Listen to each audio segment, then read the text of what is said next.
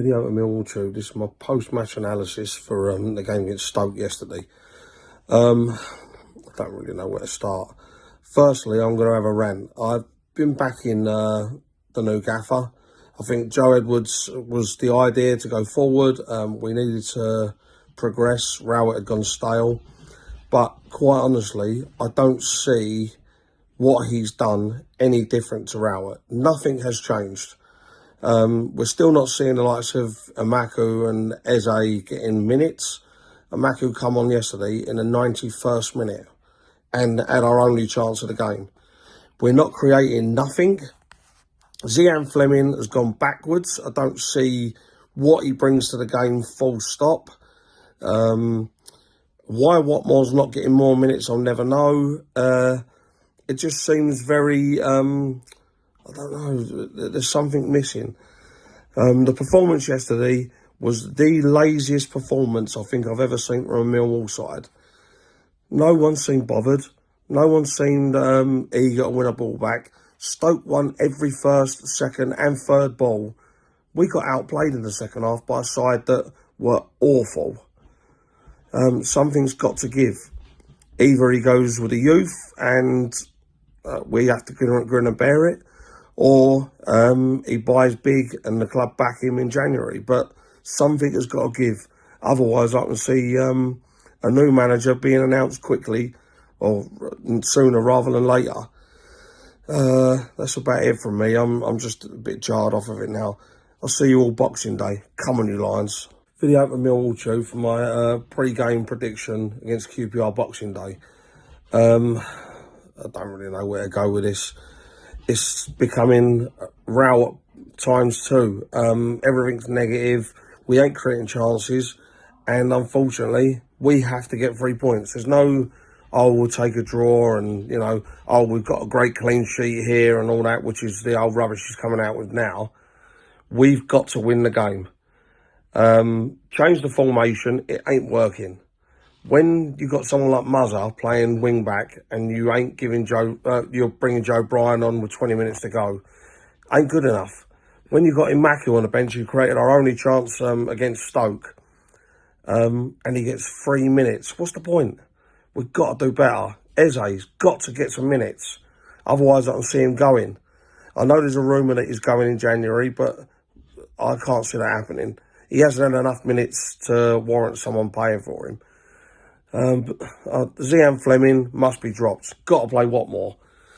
It's got to the stage where it's becoming desperate now. We have to win Boxing Day. So I'm going to say 1-0.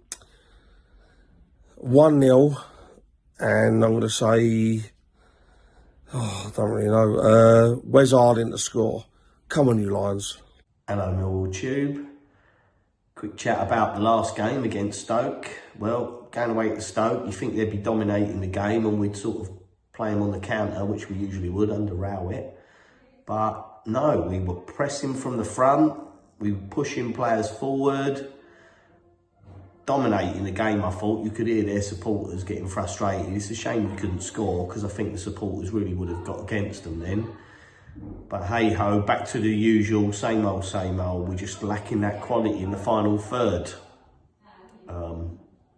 Second half, same dreary affair really. Shame when Amaku come on. I mean, I must say, he done really well to actually give himself the opportunity. He made that opportunity and the goalie seemed to make a good save. Otherwise, he could have been a hero and we'd have had another 2 points. On to the next game. This is going to be a tight affair. Squeaky bum time. I can see it being a 1-1 game against QPR. And I'm going to say Amaku this time coming on and scoring a goal for us. A late equaliser. 1-1. Come on, you Lions. Happy Christmas all. Hi, Millwall Tube. Reflections video for this afternoon's game away at Stoke and prediction for the Boxing Day clash at the Den with QPR. Starting with the Stoke game this afternoon, very reminiscent for me of the Cardiff game, in as much as I don't think on reflection either team deserved to win it as such, but I've got something interesting I'm going to share with you in a minute. Having said that though, we didn't capitulate. and that is a good sign, because any point for us at the moment is a good point. None of our games going forward, I think, are going to be classic, and if you're expecting good football this season, whichever side of the transfer window, don't, because our wins are going to be ugly wins, because we're not going to have the confidence level, and we're going to be scrapping a bit if we want to get, which I think we still will, that position above that little clegg of teams that are scrapping it out not to go down.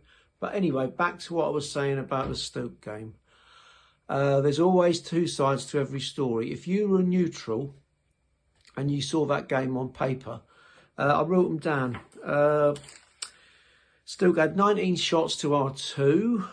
They had more possession on 53%, although in today's game that can just be knocking it around the back 4, so I'm not quite sure how much I'd read into that. The corners were 7-1 in their favour, and the cards, this is the interesting bit, they had 1 yellow, we inevitably had 3. Clearly no one likes us and we don't care, especially Graham Stroud.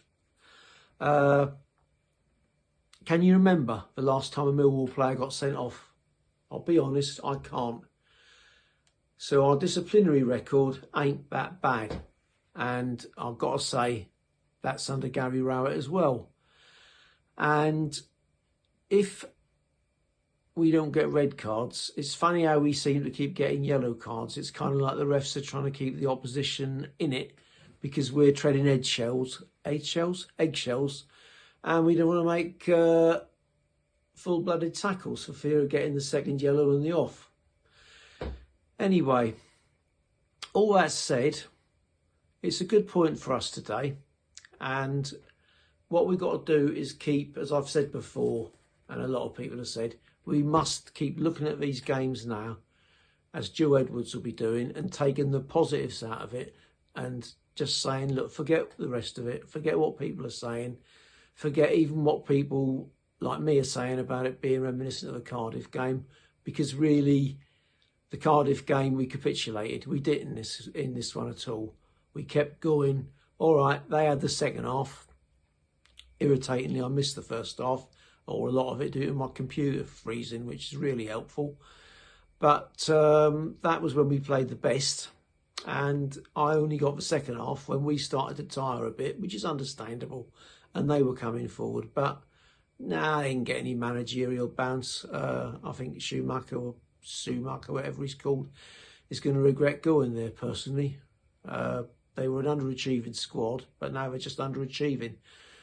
Right, so QPR lost today. They must be as infuriating to their fans as we are to ours at the moment, to us, because whatever you think they're going to do, they don't.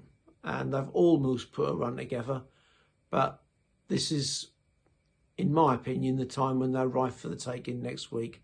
That Sheffield Wednesday match is getting further and further away, so moving on to Boxing Day. As I say, that game seems a lifetime ago now, and we beat Sheffield Wednesday 4-1, doesn't it?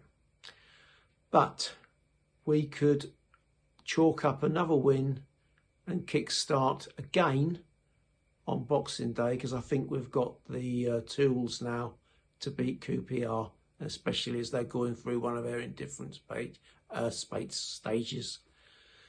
So I don't think it will be pretty, as I said before, and I think it will be close, but I think we'll win it 1-0. And I'm really going to stick my neck out here and actually say that Zion Fleming will score the goal. You owe us, mate. You really do. And what better time to repay it than against QPR on Boxing Day. So the day, yeah, obviously could be better because we didn't win, but we didn't lose either. And Boxing Day, Millwall 1, QPR 0, and Zion Fleming to score the goal if Duncan Watmore doesn't start. Come on, you Lions. Oh, happy Christmas, everyone. Everything you'd wish yourselves, yeah?